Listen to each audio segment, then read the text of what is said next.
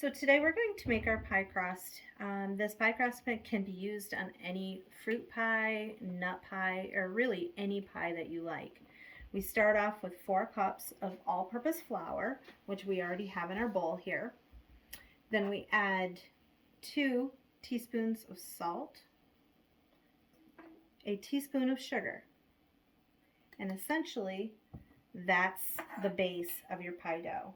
You just gradually blend that together so that salt and that sugar is distributed within your flour.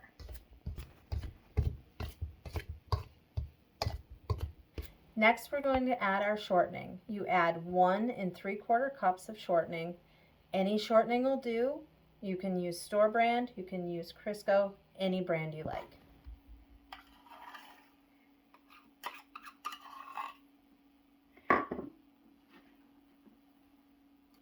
After your shortening is added,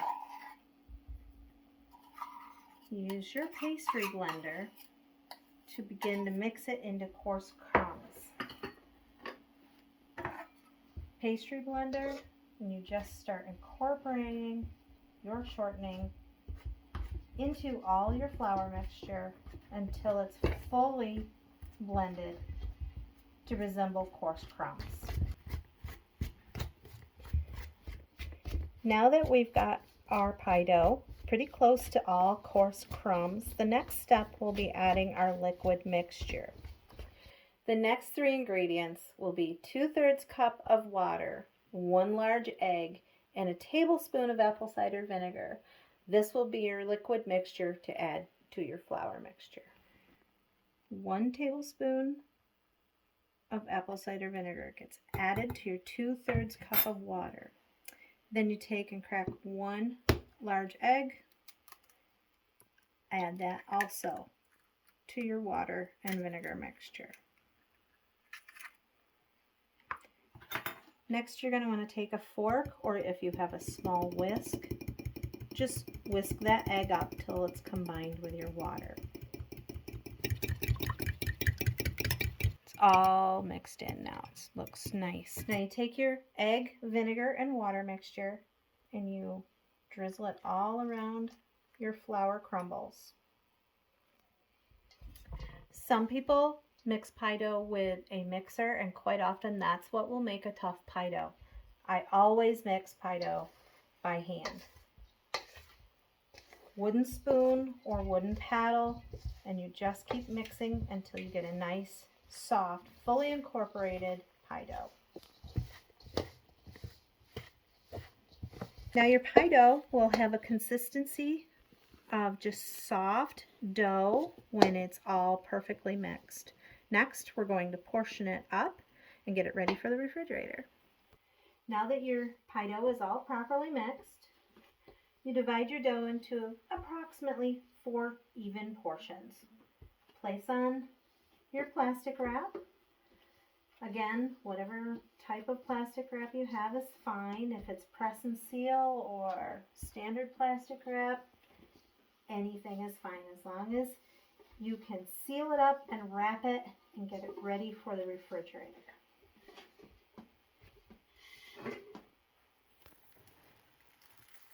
As you wrap each of your portions, you'll want to flatten it just a little bit so they chill evenly. Just fold it into your plastic wrap and get it into a nice dough patty. And now your pie dough is all wrapped and ready for the refrigerator. We'll chill for 2 hours. Next up, we'll be making a nice, fresh peach pie, and there'll be no crust left over.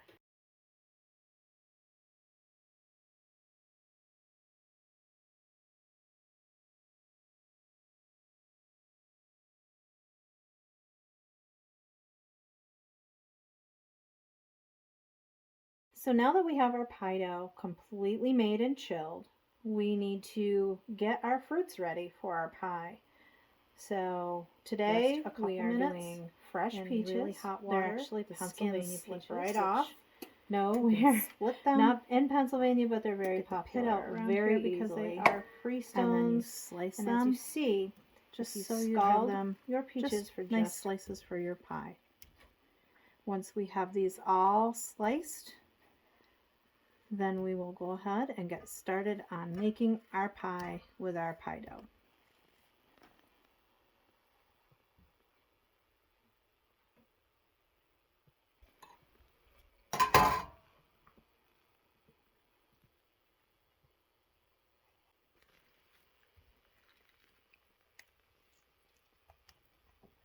Now that we have all of our peaches ready for mixing up our spices and our thickener for our pie, we're going to go ahead and we're going to add those things to them.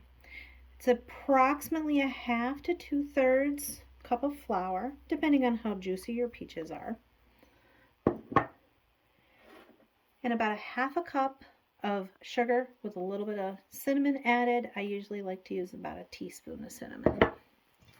You take that and you just continue to fold that in until it's thoroughly mixed up in your peaches, and then you let it sit aside and let some of that flour absorb the juices from your peaches, so it's all ready when we have our crust ready to fill.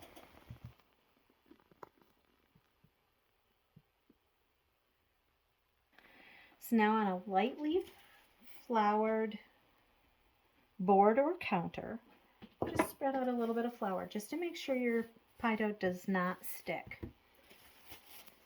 You take one of your dough patties that we made yesterday, round it with your hands ever so slightly, just so you have a nice round piece.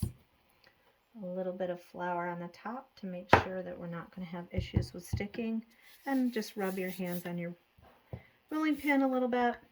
Then you can start to roll out your dough to about 1/4 of an inch thickness. Once you have your pie dough into a fairly good sized circle, you make sure that by just holding your pie plate in the center of that circle, and if your edges of your pie dough extend beyond the edges of your pie plate, you know you've got your pie dough rolled out enough. Make sure you loosen your pie dough and fold in half. It may tear, and that's okay.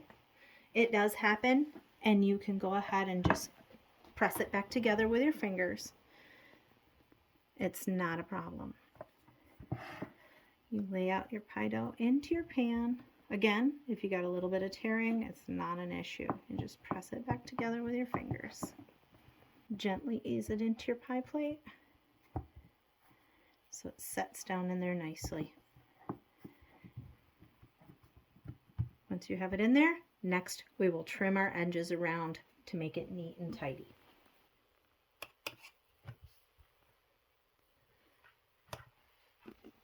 Now that you have your pie crust in your pie plate, you have your edges trimmed, you're all set to fill.